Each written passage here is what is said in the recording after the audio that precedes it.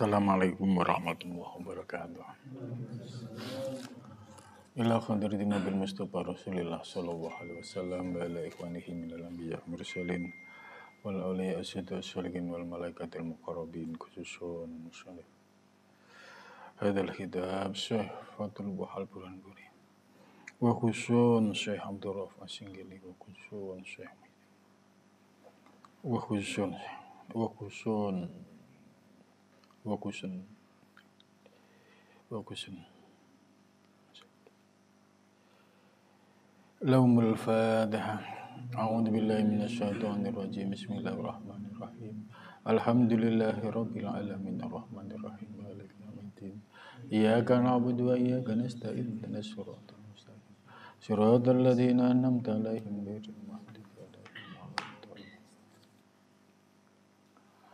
Bismillahirrahmanirrahim. Alhamdulillahilladzi 'allamani bi ulumil ulama'il muwahhidin wal muhaqqiqin wa arsyadani ila thariqin mustaqim. Wassalatu wassalamu ala sayyidil wujud wal arwah nabiyina Muhammadin sallallahu alaihi wasallam alladzi jaa'a bisyari'ah wa thariqah wal haqiqah wal ma'rifah wa ala alihi wa sahbihi ajmain amma ba'du. Subhanaka la ilma lana illa ma 'allamtana innaka antal alimul hakim. La haula wala quwata illa billahil aliyyil adzim. Alhamdulillah, malam ini kita bisa melanjutkan pengajian kitab At-Tuhfah Al-Mursalah karya Syekh Fathul Al-Buranburi yang ditulis oleh Kiai Santri sekaligus dengan syarahnya. Jadi manuskrip ini ya manuskrip yang ditulis oleh yang santri dan beliau memberikan penjelasan tambahan di pinggir kitab ini. Qala musannif rahimakumullah wa nafa'ana bihi wa bi ulumi fid dharain amin ya rabbal alamin. Wa anna dzalikal wujud marotibun kasirah. Ya, halaman 35 ya.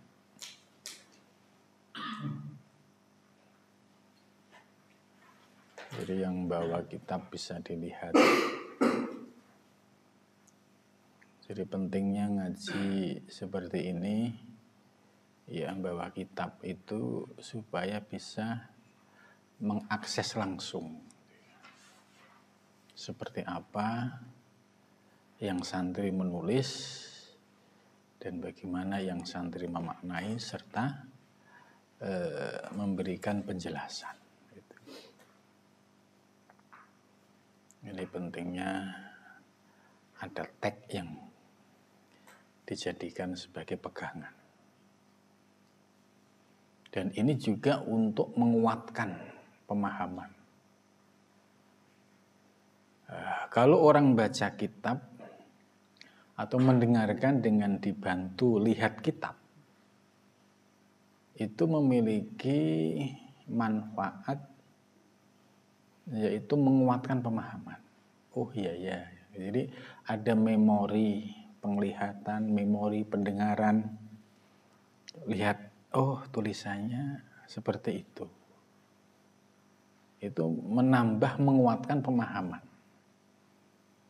Nah, kemudian setelah itu baru menangkap uraiannya.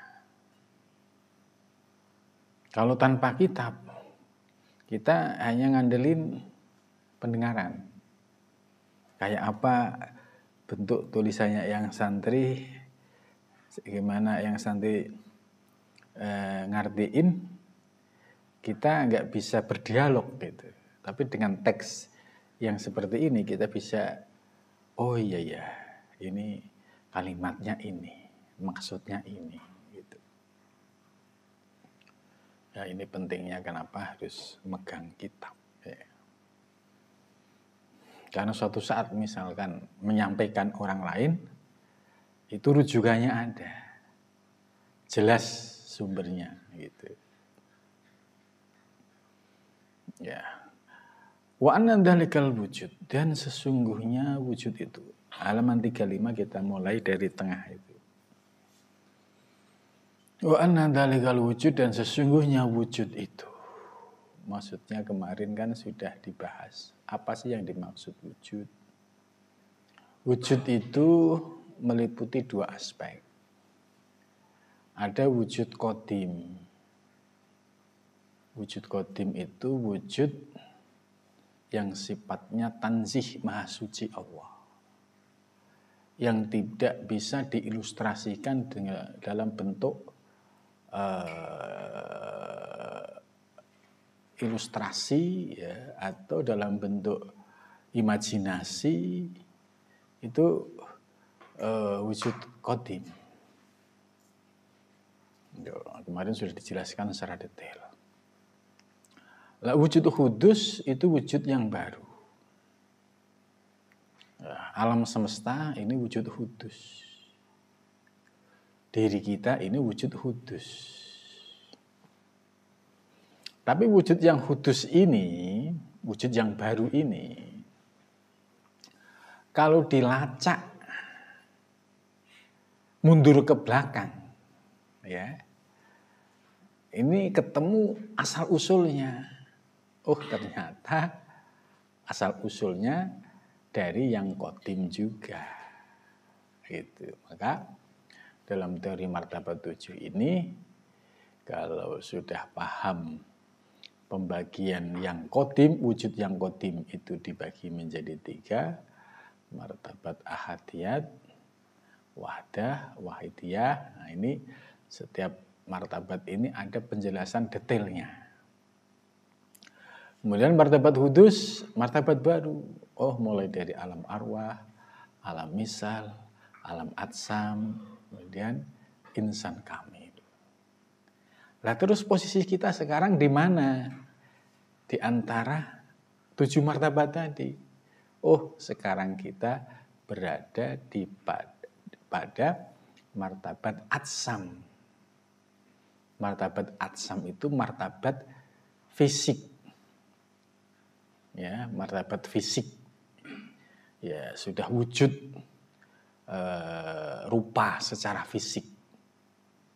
Alam semesta juga nyata secara fisik. Kita juga nyata secara fisik. Ini masuk alam atsam. Nah, kalau kita tarik mundur, ya, sumbernya Al-Quran lah, itu supaya kita tambah yakin. Di Al-Quran sudah dijelaskan proses kita sebelum lahir, ya. Kalau sudah lahir ini disebut alam atsam, struktur wujud kita sudah terbentuk secara sempurna. Nah, Al-Quran memberikan informasi. Ternyata proses ini dijelaskan di dalam Al-Quran, ya, sebagaimana dijelaskan bahwa sebelum itu ada proses yang namanya proses alam misal. Jadi alam misal itu ya terkait dengan proses penciptaan kita, yaitu ketika posisi kita berada di rahim seorang ibu. Nah, Al-Quran informasinya bahwa walaqad khalaqnal insana min sulalatin min tin. Ya, manusia diciptakan dari saripati tanah. Terus khalaqnal nutfata alaqatan, kemudian aku ciptakan sperma menjadi alaqah. Alaqah itu darah menggumpal. Itu dijelaskan dalam hadis selama 40 hari. Kemudian ayat berikutnya, aku jadikan alaqah mudghatan, fa khalaqnal alaqata mudghatan. Aku jadikan darah menggumpal menjadi daging yang menggumpal. Terus fakasaunal idoma lahma. Kemudian proses berikutnya yaitu terbentuklah tulang belulang yang ditutup dengan daging tadi. Itu prosesnya. Sampai akhirnya struktur tubuh baik secara fisik maupun dalam, yaitu aspek seperti jantung, hati, pankreas, itu semua kan struktur dalam itu sudah terbentuk semua. Struktur fisik luar sudah terbentuk semua. Mata, telinga, hidung, kemudian tangan, kaki, strukturnya sudah terbentuk semua. Baru setelah itu wa nafakhtu fihi ruhi, gitu. Aku tiupkan ruh ya pada janin yang sudah sempurna secara strukturnya lahir batin ini. Nah, ruh ditiupkan kepada janin. Nah, ruh ini ya yang ditiupkan ke janin ini berarti diciptakan lebih dulu daripada janin. Maka di martabat sebelum alam misal namanya alam arwah. Nah, alam arwah ini yaitu alam ruh. Semua ruh berada di alam arwah. Nah, kemudian ruh ditiupkan. Nah, ruh yang ditiupkan pada setiap janin ini ternyata ada kaitannya dengan ketetapan Allah yang ada pada zaman azali, yaitu ketetapan yang ada pada martabat wahidiyat. Ini masuk wilayah qadim. Dan di martabat wahidiyat, di situ ketetapan yang sifatnya ijmal, terperinci. Jadi Allah mendesain alam semesta, ya, itu sudah dalam kondisi final, termasuk perencanaan yang ngisi alam semesta, itu juga sudah final. Maka yang ngisi alam semesta disebut khalifah fil ard. Itu sudah membawa cerita hidup masing-masing. Dan ketetapannya ini ada di Lauhil Mahfudz, dan Lauhil Mahfudz ini berada di martabat wahidiyah. Gitu. Nah, dasarnya apa? Nah, ayat Al-Qur'an. Wallahu khalaqakum wa ma ta'malun. Allah telah selesai menciptakan kalian semua. Selesai itu berarti kan belum wujud tapi sudah selesai. Artinya ketetapannya sudah selesai. Nah, di Lauhil Mahfudz nanti ada si A, si B, si C gitu. Itu sudah ada semua. Amal baik buruknya, kemudian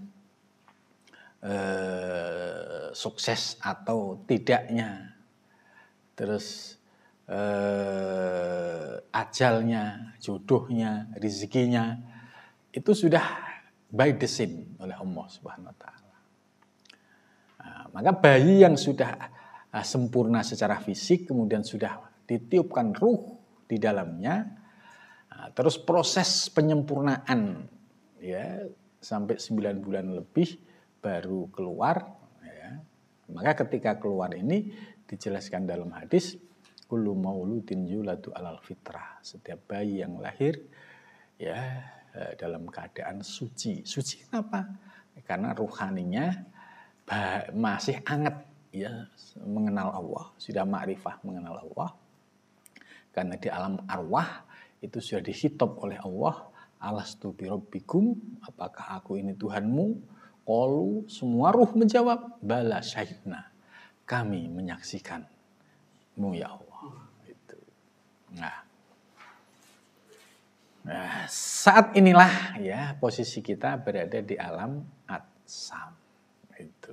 Jadi kalau diurut-urut hubungan alam hudus dan qadim, ada keterkaitan. Tapi dalam ilmu tauhid ya, hal-hal yang berkaitan dengan alam qadim harus dijaga kemahasuciannya. yaitu tanzihnya, maha suci Allah itu harus dijaga supaya tidak disalahpahami, tidak menimbulkan pemahaman ilhad. Pemahaman ilhad itu mencampur aduk yang pernah terjadi di Nusantara. Contoh misalnya dia sedang terbuka pemahaman hakikat tentang hakikat alam semesta. Oh iya, semua dari Allah gitu. Oh berarti itu Allah. Lah ini kalimat ini yang salah. Kalimat ini yang tidak menjaga tanzihnya Allah. Ketika sudah berubah wujud yang khusus yang baru, ya sebut sesuai namanya. Sekalipun hakikatnya kembali yang qadim. Ya, begitu juga ketika sudah wujud diri kita. Ya sebutlah namanya si A si B. Jangan seperti muridnya Syekh Jenar ngaku dirinya Allah. Nah, ini yang problem dan menimbulkan kontroversi. Jadi banyak sekali orang yang belajar hakikat ketika pemahaman tidak utuh itu pasti bulat membedakan antara wujud qadim dan wujud hudus. Itu. Sehingga akhirnya ilhad mencampur aduk. Oh lihat ini Allah dong. Salah. Ini ya makhluk. Ini ciptaan. Tapi kan hakikatnya dari itu tidak perlu diungkapkan. Itu cukup dirasakan, diyakini. Itu. Karena sudah ada pagernya ilmu syariat ini. Kalau pemahaman kita bisa utuh, kemudian praktiknya bisa tepat, proporsional, ya ilmu hakikat menjadi indah.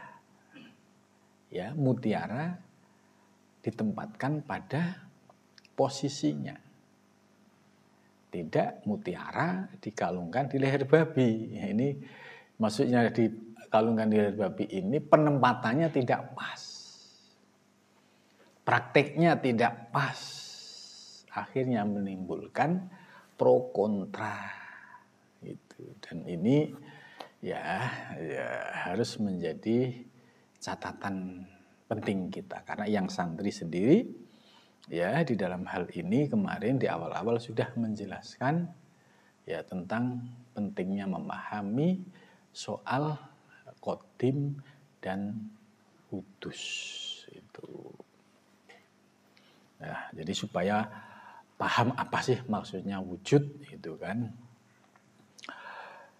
Wa anna dalikal wujud muratibun kasiroh. Muratibun ya. Kalau jamaknya martabat. Martabat itu tingkatan. Jamaknya itu marotib ya.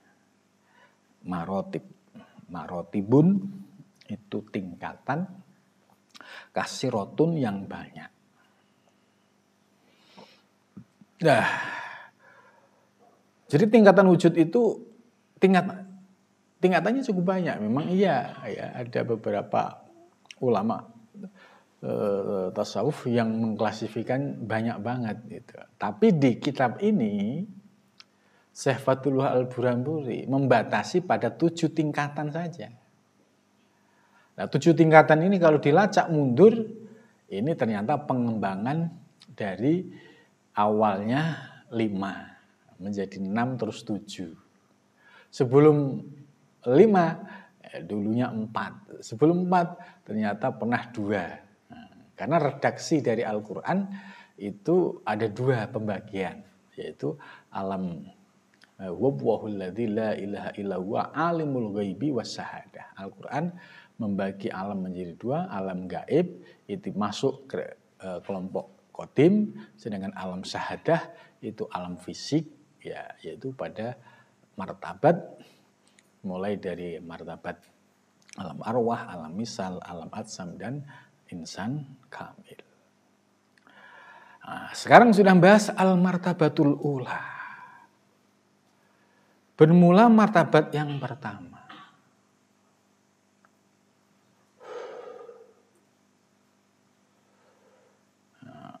Martabatul la ta'ayun, ya, disebut istilahnya martabat la ta'ayun.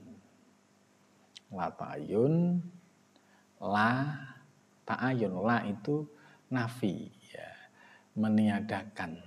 Ta'ayun itu entitas. Jadi ya tidak ada apa-apa di martabat ini. Nah, penjelasannya nanti di martabat ini yang ada hanya zat. Sifat belum ada, asma belum ada. Jadi yang ada hanya zat. Nah, terkait dengan martabat ini yang ada hanya zat, sudah dipagari oleh hadis Nabi. Ya, supaya kita tidak salah paham. Kemudian membahas soal zat Allah eksploratif, nah, ini berbahaya. Kemarin sudah dijelaskan tidak mungkin orang bisa sampai pada martabat kun hidzat, ini nggak mungkin.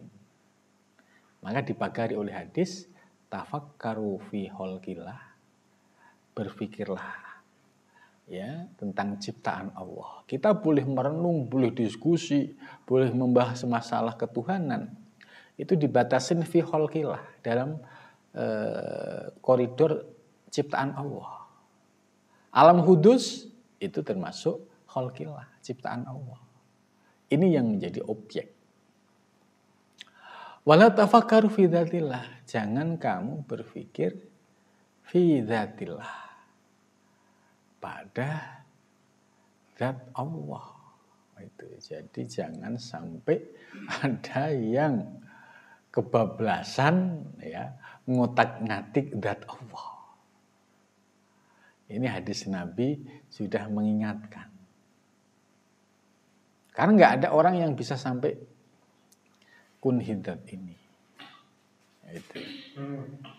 Lah menariknya Syekh Muhyi Pamijahan dalam manuskrip yang ditulis ya oleh murid-murid beliau itu memberikan penamaan la ta'ayun dengan istilah uang uwung. Uang uwung ini kalau bahasa Jawa itu apa? Berarti ya kayak ya suwung, nggak ada apa-apa, tapi ada gitu. Uang uwung ini saya baca di manuskrip Syekh Muhyi, yaitu termasuk jaringan gurunya Kiai Santri ya.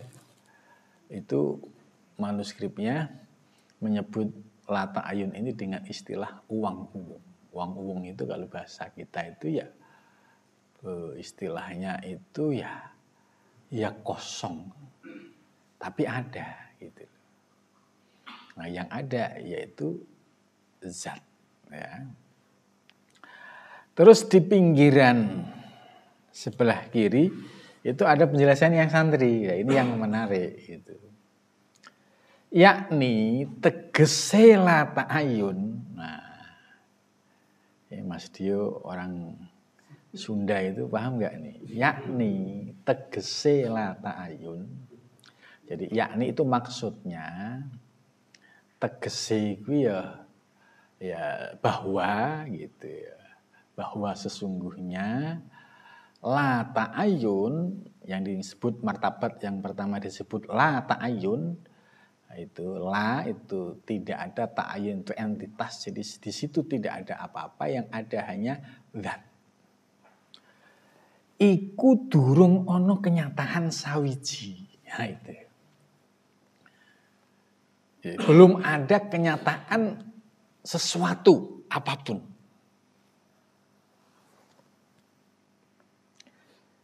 Sadene sipatiro lan asmaniro pun durung nyoto gitu, termasuk sifat dan asma itu belum ada. Tetapi maksih zat kaulo. Jadi yang ada hanya zat.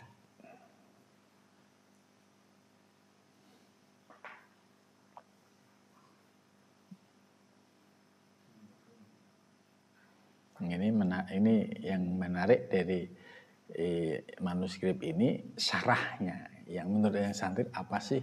Oh iya, ternyata menurut beliau la ta'ayun itu ya belum ada kenyataan sesuatu apapun, ya termasuk sifat dan asma. Yang ada hanya zat. Itu maka disebut uang uwung itu.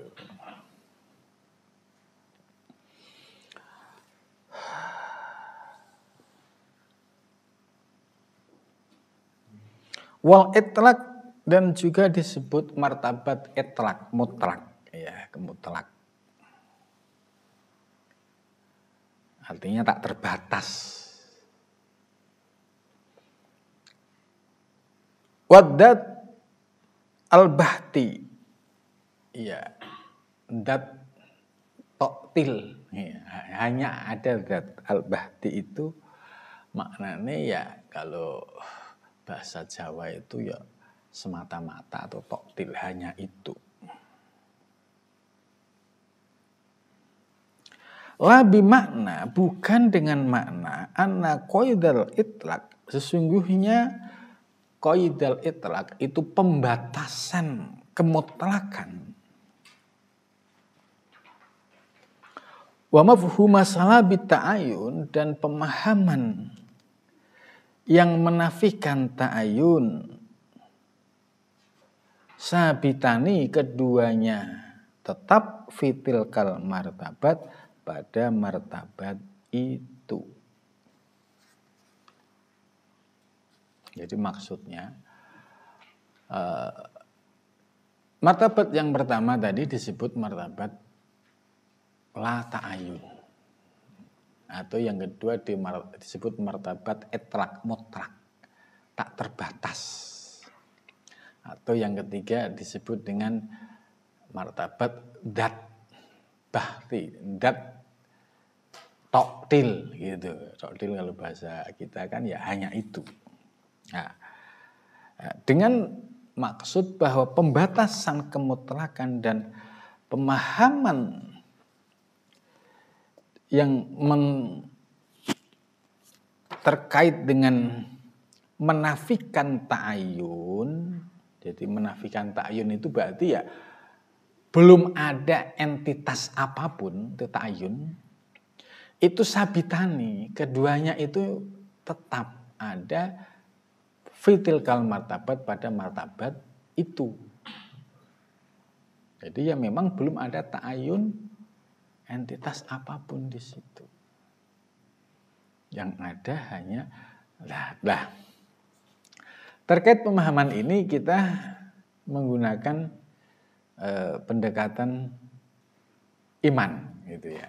Oh ya, kalau penjelasannya seperti iya sudah, kita iman saja. Karena kan kalau soal zat kemudian dieksplor, apalagi sampai kunhi zat kan nggak boleh. Kenapa nggak boleh? Pasti beresiko rusaknya pemahaman dan rusaknya akidah. Apakah yang disampaikan oleh Nabi ini benar? Ya benar. Ya. Sebab ini kisah nyata. Ya, ada seorang guru besar. S1, S2, S3 itu filsafat semua. Dan orang filsafat ya membicarakan ketuhanan itu ya menjadi bagian dari tema-tema pokok ya. Ketika pembahasan ketuhanan tanpa ada pagarnya, kemudian kebablasan, ya, karena kan dia hanya menggunakan akal tok. Akal itu punya kemampuan ya untuk berpikir. Gitu. Akhirnya puncaknya apa? Dia punya pemahaman, punya kesimpulan bahwa Tuhan nggak ada, ya kan bahaya kan? Akhirnya kepleset. Kalau menyatakan Tuhan tidak ada, ya sudah, dia sudah kafir kan, karena tidak mengakui adanya Tuhan. Nah, untungnya ini masih diselamatkan oleh Allah dengan diberikan pengalaman yang sifatnya itu mimpi, tapi nyata. Yaitu dalam mimpinya beliau merasakan ditendang ya di alam mimpi kayak dibuat bal-balan, tapi setelah bangun badannya sakit semua. Baru dia istighfar. Oh iya, ternyata ada dimensi metafisik yang nyata. Akhirnya dia istighfar dan kembali kepada pahaman semula itu. Jadi kita ikut dengan batasan-batasan yang sudah ditetapkan oleh ya baik nas Quran, hadis maupun pendapat para ulama. Jadi jangan sampai kita lompat pagar. Kalau lompat pagar ya risikonya pasti ada risiko. Lompat pagar bisa ada macan, bisa ada buaya gitu kan. Akhirnya rusak pemahamannya, rusak segalanya. Nah, penjelasan yang di pinggir ini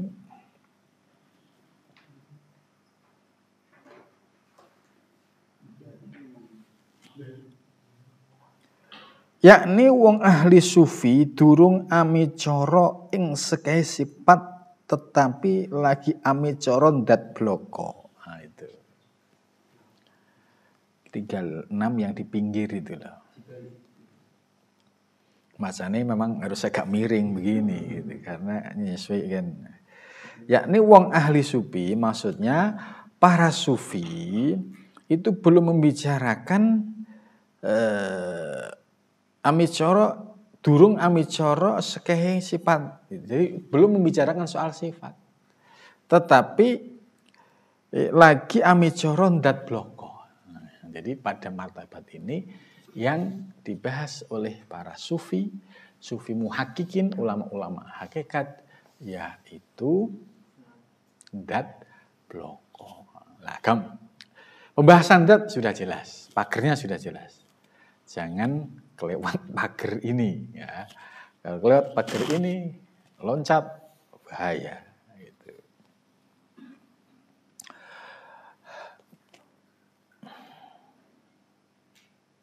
Ya, kemudian selanjutnya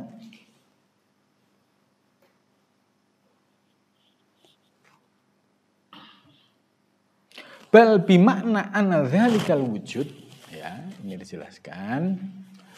Bahkan makna sesungguhnya wujud itu fitil kal martabat pada martabat itu munazzahun moho suci.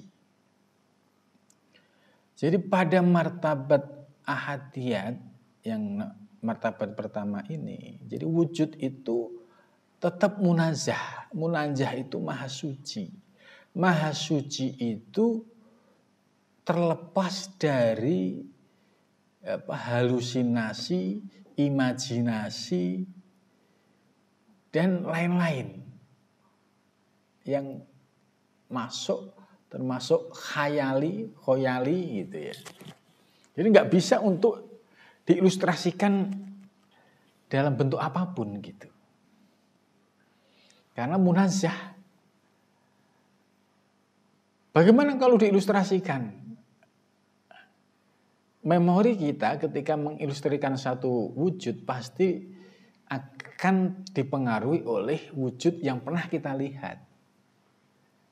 Kalau wujud yang pernah kita lihat, itu berarti physically wujudnya. Nah, kalau itu dinisbatkan kepada Allah, ya tidak pas. Karena Allah maha sempurna.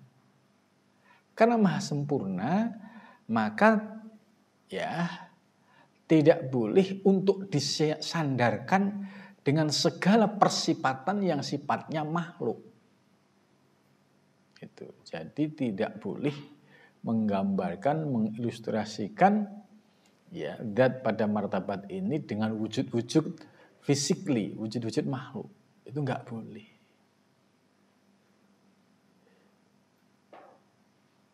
Itu. Jadi tetap munazah, maha suci. Ya, kalau disebut pada martabat ini yang ada hanya zat, ya bloko, toktil, ya sudah kita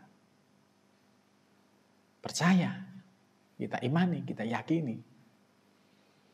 Itu nggak boleh untuk dieksplor saja, nggak boleh ya, karena kalau kelewat batas bisa repot. Dan hadis Nabi itu menjadi pagar supaya kita tidak salah dalam memahami tentang martabat yang pertama ini. Jadi maha suci an idhofatin nu'ud, penyandaran dari semua sifat gitu. Ini artinya nggak boleh diilustrasikan dalam bentuk-bentuk fisik. Contoh, wah Tuhan itu dari ini ya, itu sih nggak boleh itu. Apalagi wajah Tuhan itu, tangan Tuhan ini, kaki Tuhan ini sudah nggak boleh. Karena ini harus Allah itu maha suci dari semua penyandaran sifat-sifat yang sifatnya makhluk. Maka ayatnya jelas, laisa kamislihi syai'un, tidak ada sesuatu apapun yang menyerupai Allah. Ini nasnya. Nggak boleh diilustrasikan dalam wujud begini. Nah, itu pasti nggak benar.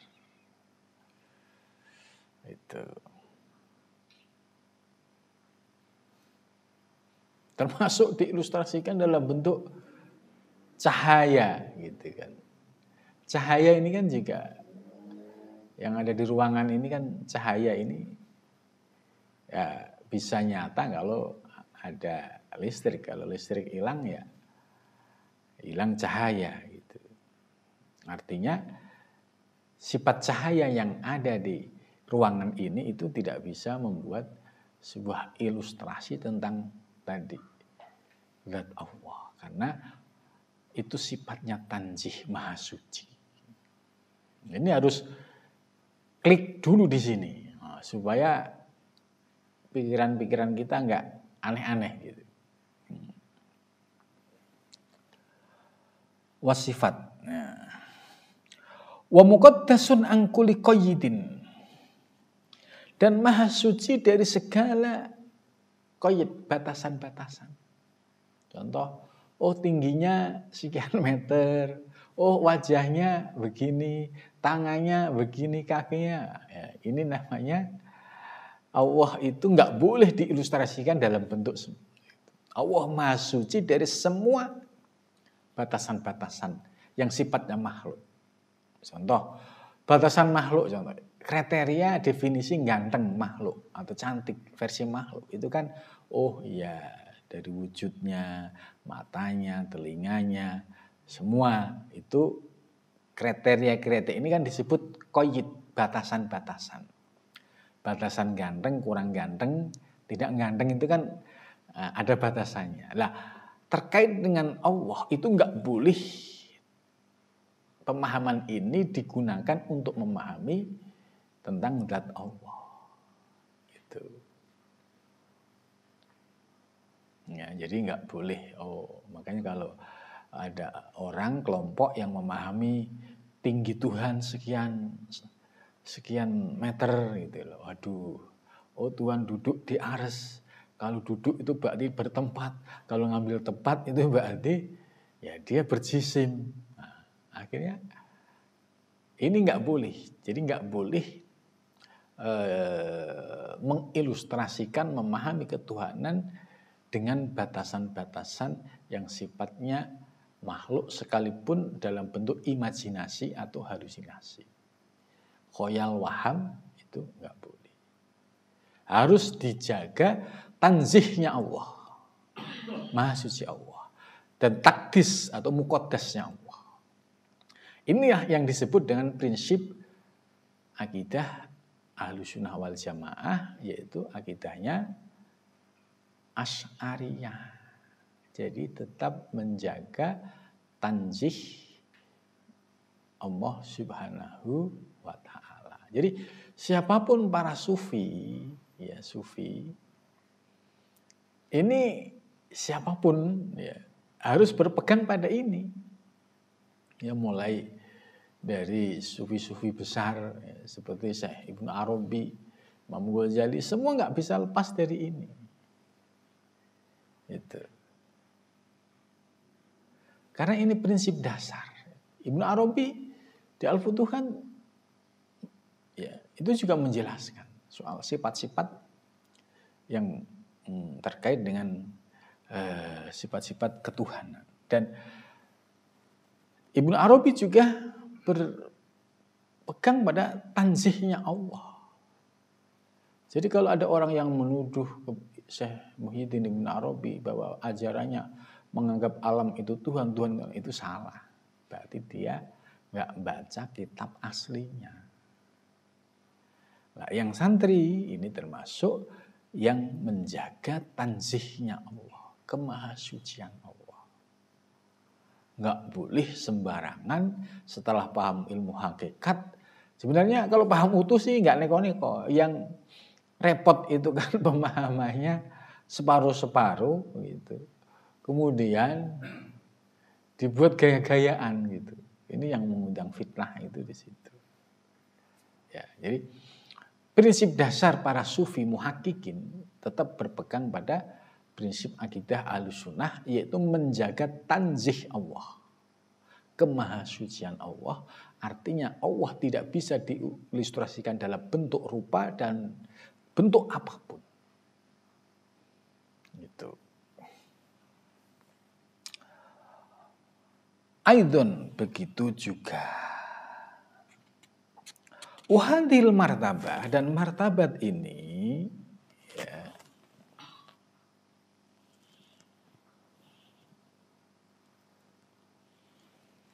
nah, ini ada tambahan dikit.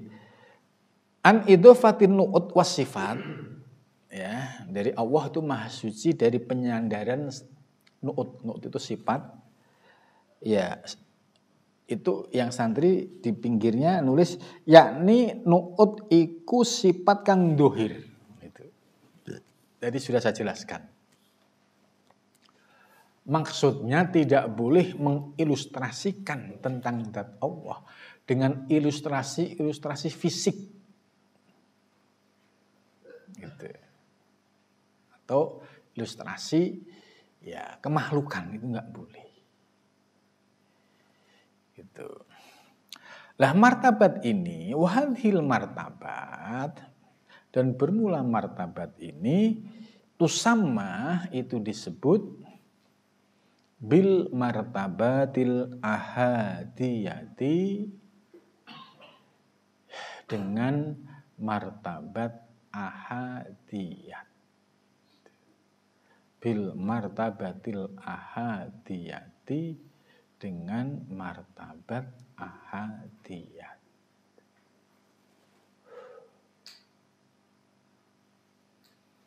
Ya, jadi penamaannya di belakang. Wahia bermula martabat ahadiyat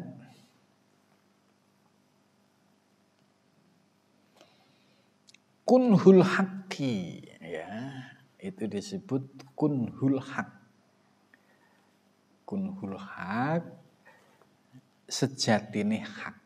Jadi kunhu itu diartikan oleh yang santri sejatine al-haq subhanahu wa ta'ala. Jadi atau kunhudzat, atau ada beberapa, ada kunhudzat istilah lain, atau kunhul haq. Nah, di sini menggunakan istilah kunhul haq, yaitu sejatine al-haq. Al-haq ini ya, para ulama muhakkikin juga menggunakan istilah al-haq. Ini berbeda dengan istilah al-haq secara fikih, ya. Misalnya al-haqqu bila nidhomin sahlibul batin bin nidhom.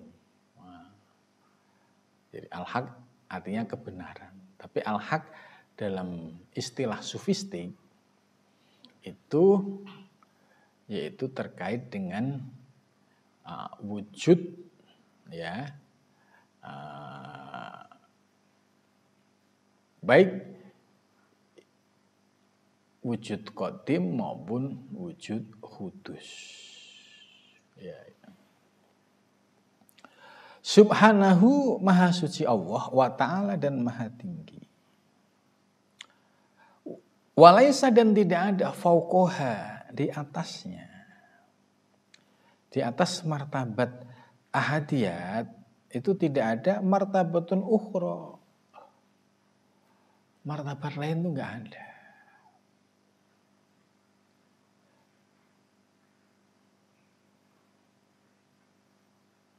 Ya.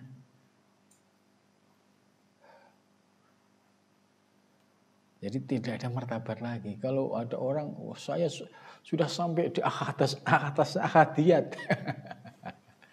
Nah, itu ya ngimpi gitu ya. Artinya nggak ngerti teori ilmunya. Gitu. Saya sudah di atas ahadiyat. Gitu.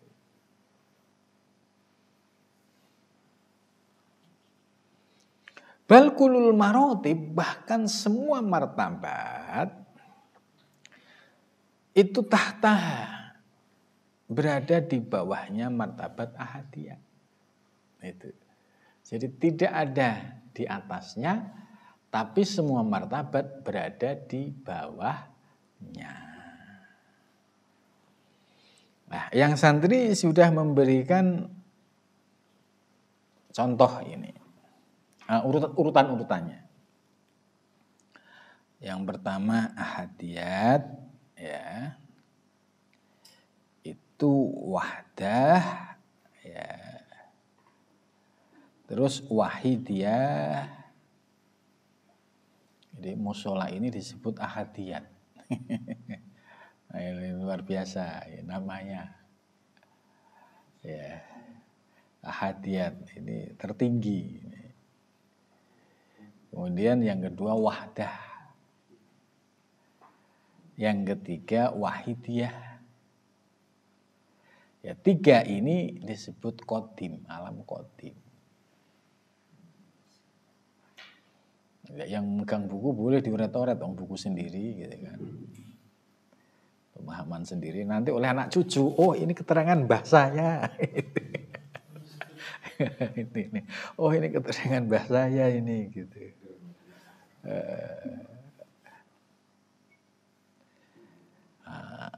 Kemudian setelah itu 4 berikutnya ini alam hudus, alam baru. Pertama arwah, alam arwah, yaitu diciptakannya ruh atau dalam terkait dengan rahasia bismillah itu titik ba. Titik ba itu di alam arwah. Kemudian berikutnya alam misal.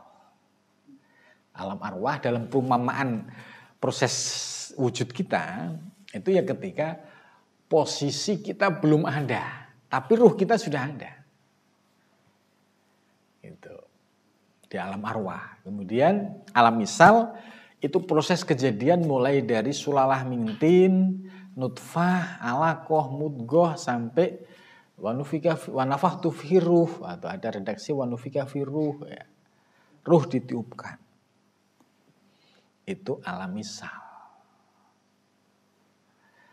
Maka ruh ketika ditiupkan di alam misal, ketetapannya ruh terkait dengan nasib setiap orang itu datanya ada di wahidiyah, gitu kan.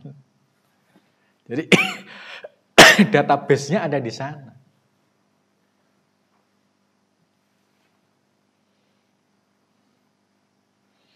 Baru setelah alam misal, ya, perumpamaan wujud kita, kalau perjalanan diri kita ketika sudah di rahim ibu selama 9 bulan, kemudian turun di alam atsam, fisik berupa bayi, janin itu.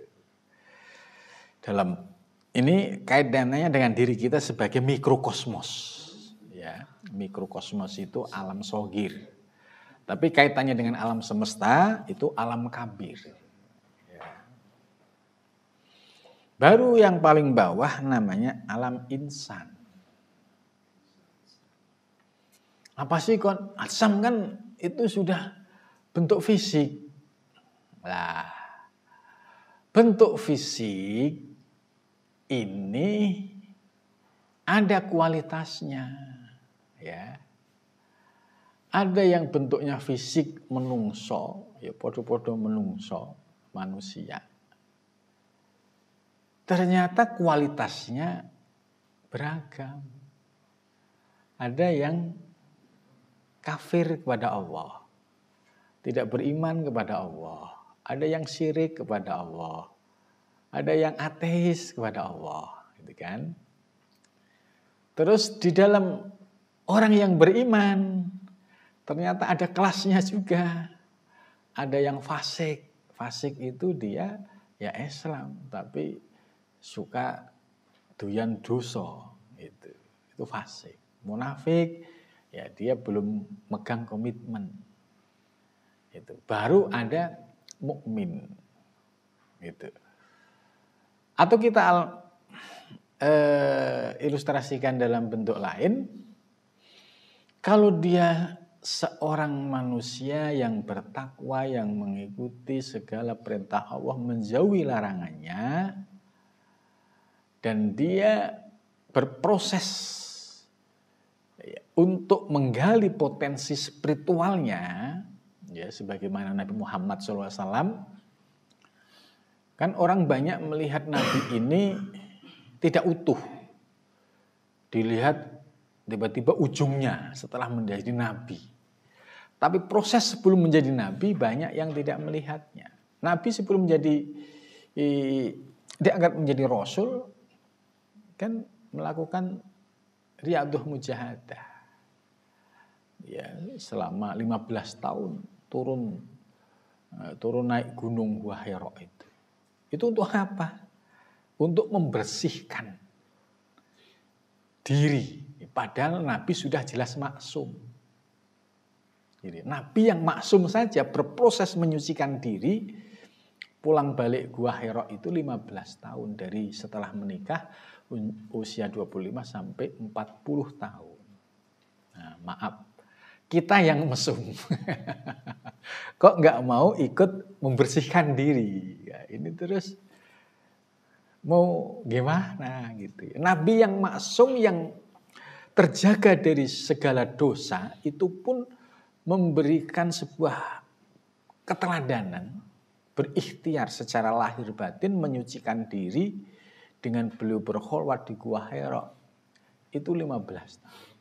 Maka ketika Nabi selesai menuntaskan diri, yang disebut fase tazkiyatun nufus atau riyadhah mujahadah, sampai beliau menjadi seorang nabi dan rasul, bahkan sampai Isra Mi'raj. Ketika Isra Mi'raj ini Nabi menjadi sosok insan kamil, manusia yang paripurna. Disebut manusia paripurna secara syariat ya sudah komplit. Kemudian kamil mukamil secara hakikat beliau telah berproses mulai dari tazkiyatun nufus, kemudian periode Mekah, beliau telah teruji kesabarannya melihat kelakuan umatnya yang memusuhi, yang memfitnah, yang melempari kotoran unta, yang meludahi. Itu Nabi menunjukkan sosok manusia yang paripurna dengan kesabaran yang luar biasa. Sampai akhirnya istri tercintanya diambil oleh Allah, Sayyidah Khadijah. Kemudian pamannya yang make up perjuangannya itu juga diambil oleh Allah. Ya, ini disebut Amul Huzni. Kemudian setelah itu terjadilah peristiwa Isra Mi'raj.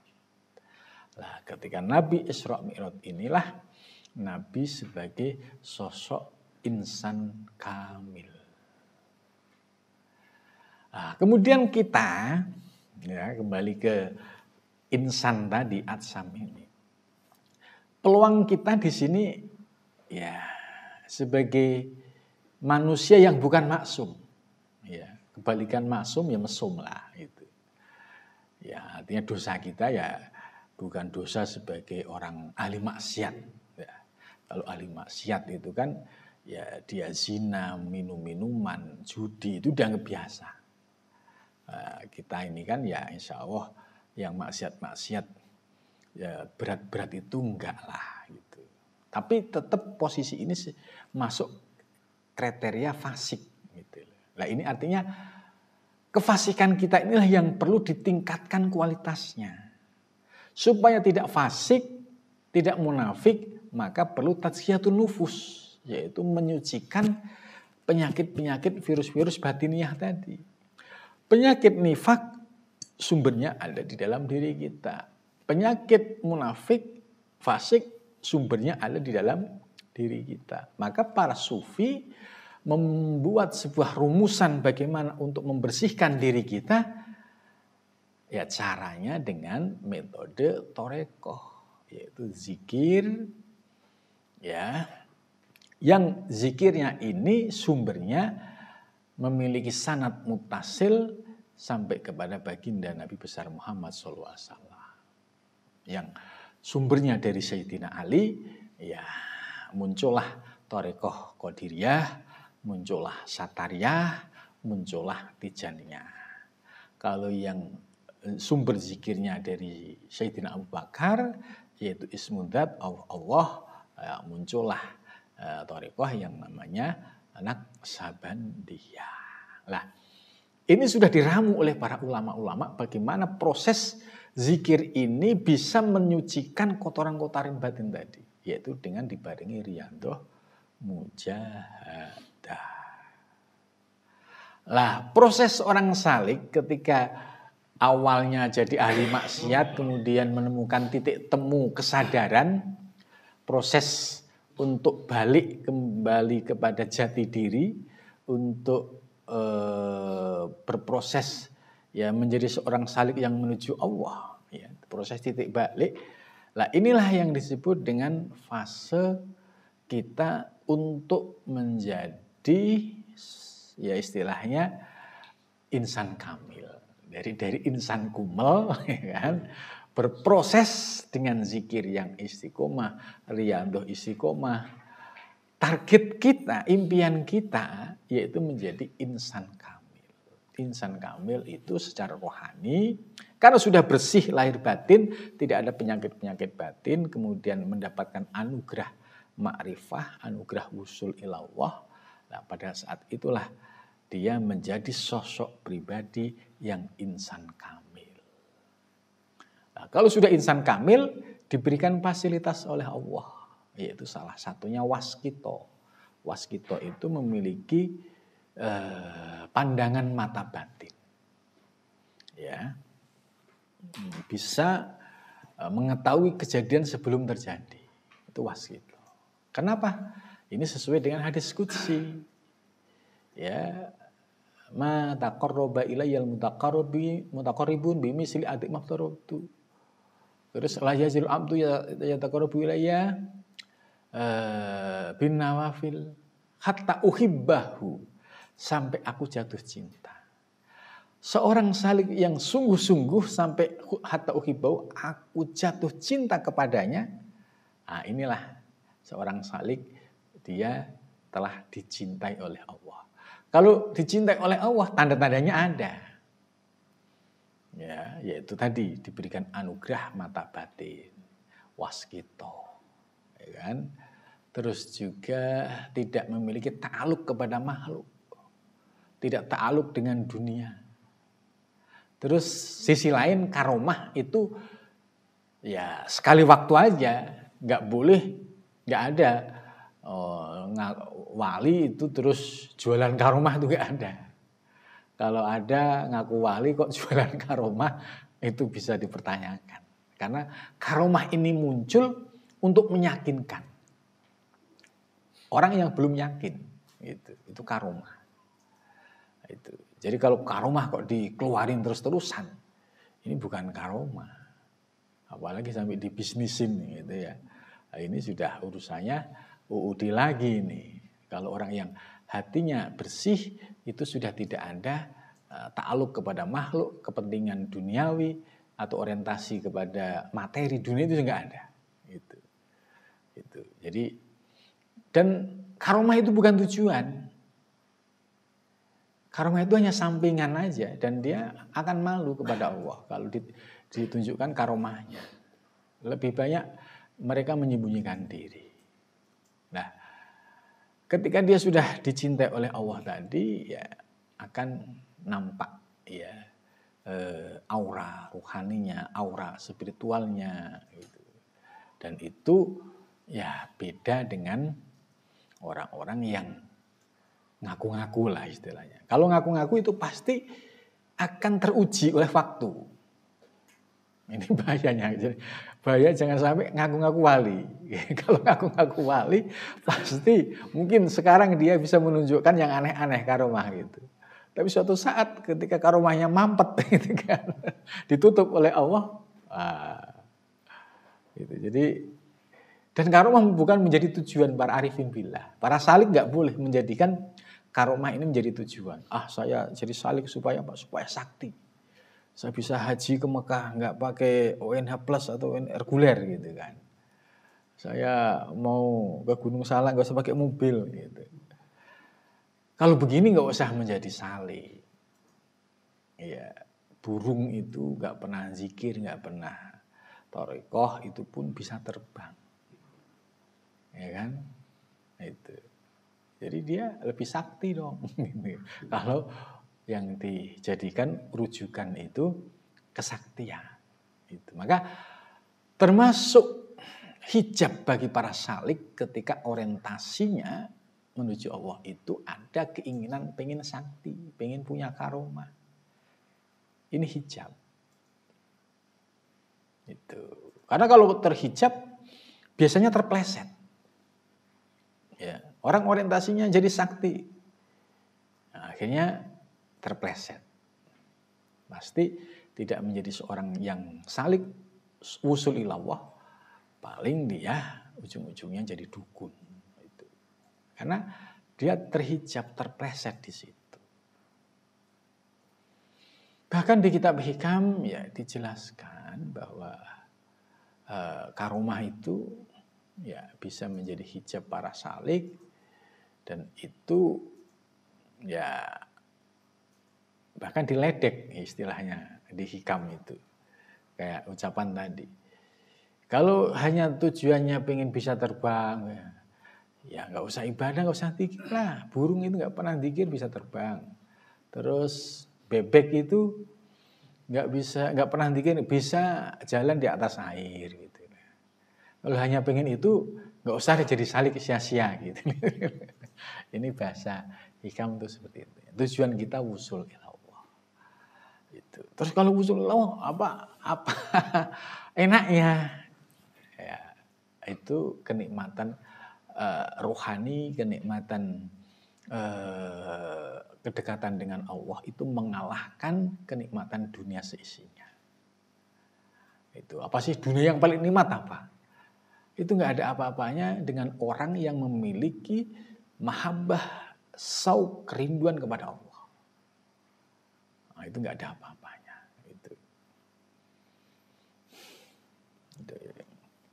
Nah, jadi ilustrasi di halaman 37 ini cukup bagus. Bisa menggambarkan, memudahkan kita memahami. Iya, kita ini sekarang alam atsam nih. Kalau atsam, berarti di atsam ini kita posisinya masih sebagai tadi yang mesum tadi, yang insan kumel tadi. Kalau kita menjadi insan kumel, kok bangga dengan kekumelannya, ya sudah. Berarti ya dia sebatas itu. Tapi kalau dia memiliki kesadaran untuk menuju Allah, ada kesadaran titik balik untuk menuju Allah dengan cara membersihkan diri, zikir, istiqomah, maka ada harapan untuk menjadi sosok insan kamil. Insan kamil apa? Wujudnya manusia biasa, tapi memiliki pengalaman rohani, power rohani yang dia sudah sampai usul kepada Allah Subhanahu wa taala. Secara fisik nggak nampak. Bahkan di Hikam dijelaskan Allah menutupi kekhususan, ya, kekasih-kasih Allah ditutupi dengan tampilan sebagaimana manusia pada umumnya. Itu nggak ada. Pakaian resmi wali itu nggak ada. Bahkan yang wali beneran itu malu kalau dikenal dirinya wali. Gitu. Jadi kalau wali beneran itu malu, ya, pasti malu. Gitu. Kalau yang belum wali atau pengen dianggap wali itu ya masih pengen diaku gitu. Ya. Wal martabatu as-saniyah. Dan martabat yang kedua, martabat ta'ayun ulah. Jadi martabat yang pertama la ta'ayun, ini diingat ya, la ta'ayun. Kemudian martabat yang kedua disebut ta'ayun ula atau ta'ayun awal. Ta'ayun ula. Ta'ayun itu yaitu entitas yang pertama. Entitas yang pertama. Wa hiya ibaratun an ilmihi ta'ala lidatihi wa sifatihi wa jam'il mawjudat ala wajhil ismal min ghairi imtiyain ba'di ala ba'din. Wa hadhil tusammal bil wahdah wal hakatil muhammadiyah. Oke. Martabat yang kedua yaitu martabat ta'ayun awal, ya, istilahnya kita ingat-ingat ini.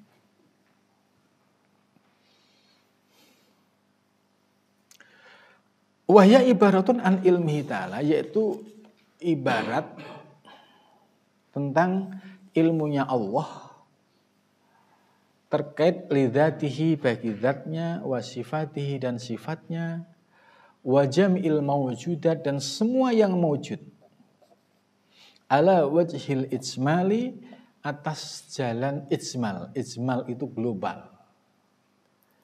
Min ghairi imtiyazi ba'diha, tanpa ada pemisah sebagiannya, an ba'din dari yang lainnya. Wahadil martabat, dan martabat ini tuh sama disebut bil wahdah, dengan istilah wahdah. Wal hakikatul Muhammadiyah, dan disebut dengan hakikat Muhammadiyah. Oke, saya jelaskan.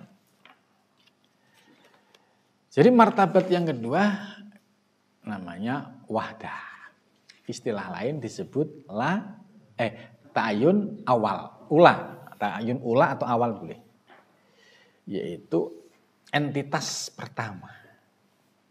Nah, definisi yang dibuat oleh mu'alif, ya, bahwa di martabat yang kedua ini itu tindak lanjut dari martabat yang pertama. Kalau martabat yang pertama yang ada hanya zat. Martabat yang kedua ini ya, yaitu sudah lidzatihi wa sifatihi. Sudah ada zat dan sifat. Bahkan wa jami'il mawjudat ala wajhil ijmal. Dan segala wujud ini wujud yang qadim ya. Tapi wujud yang qadim ini akan diproyeksikan pada wujud yang hudus, ya. Ini di alam yang kedua ini sudah ada tapi sifatnya ijmal. Ijmal itu masih global. Nah, maksudnya begini. Allah ingin menciptakan alam semesta seisinya termasuk ya makhluk-makhluk yang akan menghuni ya alam semesta, ya misalnya bumi ya dan seisinya. Pada martabat yang kedua, ini Allah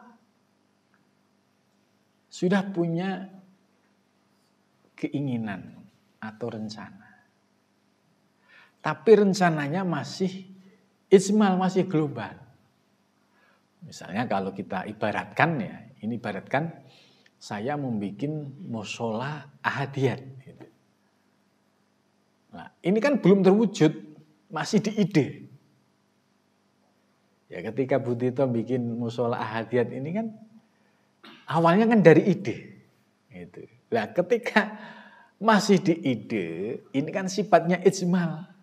Oh iya saya mau bikin musola samping syariat yang santri. Gitu. Itu awalnya itu di ide. Nah, begitu juga Allah ingin menciptakan alam semesta seisinya. Di martabat yang kedua ini sifatnya ijmal. Oh, aku ingin menciptakan makhluk. Makhluk apa isinya? Itu masih ijmal, belum detail. Nah, martabat yang kedua ini disebut hakikat Muhammadiyah. Apakah ada dasarnya? Ada. Yaitu hadis yang paling populer yang berbunyi kuntu kanzan mahfiyan. Kuntu aku, ini hadis qudsi. Aku perbendaharaan yang tersembunyi. Aku Allah ini. Perbendaharaan yang tersembunyi, perbendaharaan yang tak terbatas. Ya. Kemudian kuntu kanzan mahfiyan fa inni uhibbu an u'raf. Itu. Aku ingin dikenal. Artinya di martabat ini kan Allah sendiri yang ada. Selain Allah belum ada. Fa inni uhibbu an u'raf. Aku ingin dikenal. Terus bagaimana cara supaya Allah dikenal? Fa khalaqtul khalqa. Maka aku ciptakan makhluk. Ya kan? Lah, khalqa di martabat yang kedua ini masih ijmal. Masih global bentuknya khalqa. Detailnya seperti apa? Ini belum. Ini baru perencanaan. Ya, terus fabi ya'rifuni, setelah makhluk ini diciptakan, fabi ya'rifuni, maka dengan anugerahku mereka mengenalku. Artinya bahwa di antara makhluk yang ada di muka bumi yang bisa mengenal Allah ini adalah makhluk-makhluk pilihan. Karena fabi dengan anugerahku, dengan nurku, dengan cahayaku, ya'rifuni, dia mengenalku. Siapapun dia. Loh kan Ustaz, saya kan bukan kiai. Nggak ada urusan kiai. Nggak ada urusan Ustaz. Fabi ya'rifuni, siapapun dia, ketika Allah melimpahkan cahaya nurnya ke dalam hati seorang hamba, ya'rifuni, dia bisa mengenaliku. Itulah. Hadis qudsi inilah yang disebut sebagai dasar fa khalaqtul khalqa, rencana penciptaan makhluk di alam yang kedua sifatnya masih ijmal. Itu. Masih ijmal. Bisa dipahami ya? Oke. Aduh. Nah, hadis lain lagi, nah ini sebagai penguat. Bahwa di martabat yang kedua ini juga disebut dengan martabat terciptanya Nur Muhammad. Jadi awwalu ma khalaqallahu nurun nabiyyika. Ini hadis yang diriwayatkan oleh Jabir, disampaikan bahwa pertama kali yang diciptakan oleh Allah itu Nur Muhammad. Itu posisinya di martabat yang kedua ini. Terus fakhuliqal alam min nurihi. Lah alam semesta, wujud alam semesta yang nanti diciptakan itu min nurihi, bias dari cahaya Nur Muhammad. Nah, ini jadi paham ya. Jadi posisi Nur Muhammad itu berada di martabat wahdah. Jadi ada beberapa redaksi yang populer itu awwalu ma khalaqa wa nurun nabiyika ya Jabir, hei Jabir, pertama kali yang diciptakan oleh Allah itu nur nabimu. Ini Nabi bersabda kepada Jabir. Jabir itu seorang sahabat. Lah hadis ini apakah sahih atau dhaif?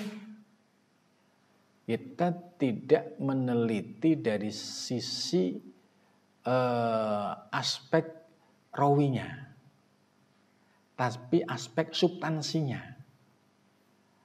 Substansinya dari mana? Dari Nabi dan dikutip oleh para ulama-ulama sufi muhakkikin, termasuk orang yang kriterianya adalah Syekhul Akbar. Termasuk Imam Ghazali yang disebut sebagai Hujjatul Islam. Ibnu Arabi disebut sebagai Syekhul Akbar. Masternya, masyayikh. Selevel beliau kok mengutip, ini berarti substansinya benar. Sekalipun dari sisi rawi kalau dilacak, memang pasti ada sedikit masalah. Sebab di zaman Nabi ilmu-ilmu hakikat itu disampaikan oleh Nabi kepada para sahabat itu terbatas. Berbeda dengan ilmu syariat yang disampaikan Nabi di masjid dalam ceramah yang sifatnya umum. Pasti di situ yang mendengar orang banyak, sehingga disebut mutawatir karena diriwayatkan oleh jumlah orang yang banyak.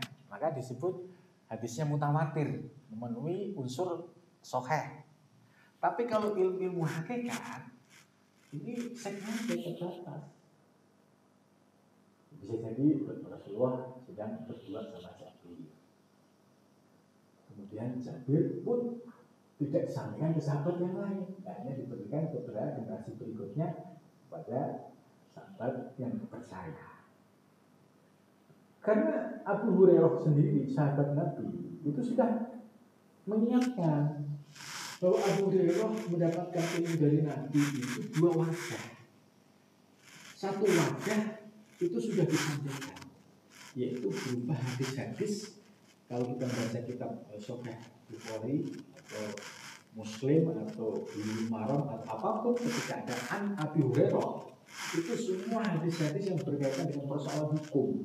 Itu kata Abu Hurairah itu sudah saya sampaikan. Tapi ada satu wajah ilmu yang aku sembunyikan. Kalau aku sebutkan, maka orang akan menuduhku kafir. Ini yang disebut ilmu hakikat yang segmentasinya terbatas, hanya diberikan bagi orang-orang yang sudah memiliki pemahaman.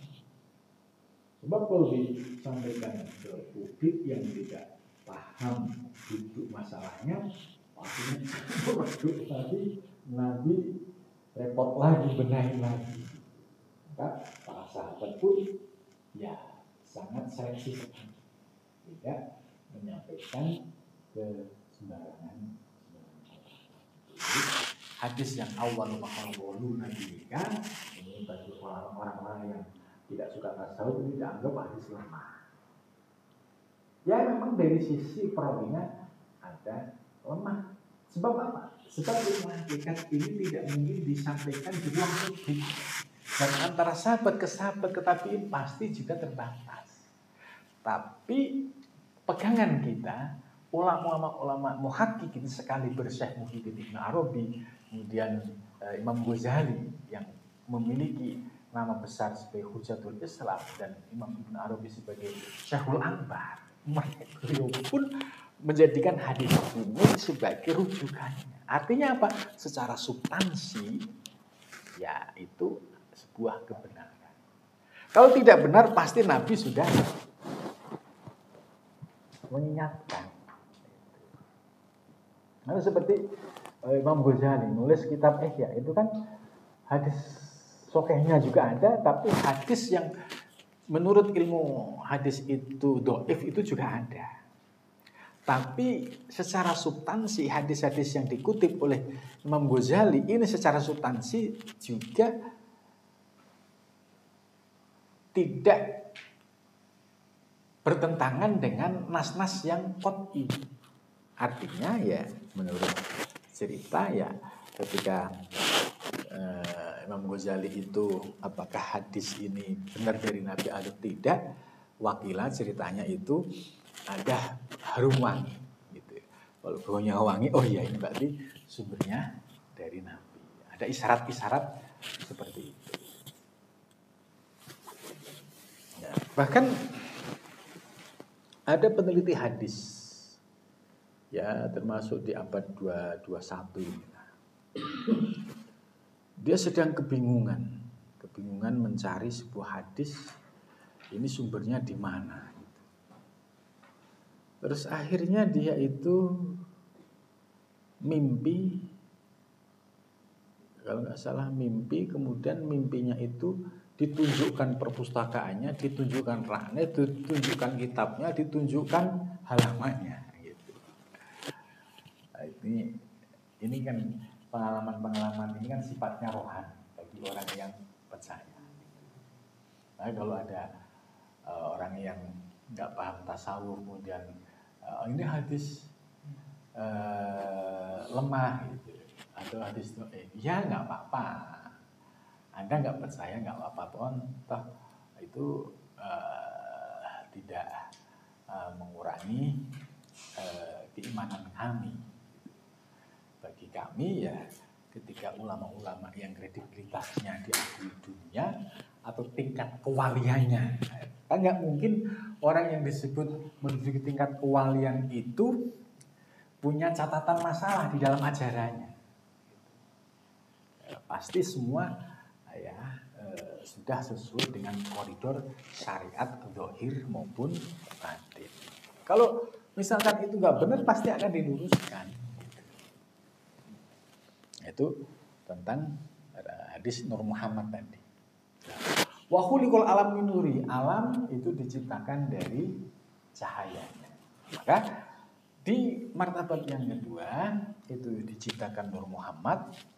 Kemudian di martabat yang ketiga nanti desain perencanaan alam semesta itu sudah dibuat secara tafsir terperinci. Kalau di alam kedua kan ijmal global. Di alam yang ketiga nanti dibahas secara tafsir. Nah, ini jadi jelas. Wajibul mawjudat ala wajhil ijmal. Jadi semua yang akan wujud di alam semesta nanti sifatnya masih ijmal. Ijmal ini ya boleh dikatakan ya Nur Muhammad tadi sifatnya kan masih ijmal. Karena kulikul alam minurihi, alam semesta nanti diciptakan dari Nur Muhammad. Min ghairi inti ba'dihha ba'din, tidak bisa dipisah antara satu dengan yang lainnya. Karena sifatnya masih ijmal global. Nah, martabat ini disebut martabat wahdah atau disebut martabat hakikat Muhammadiyah.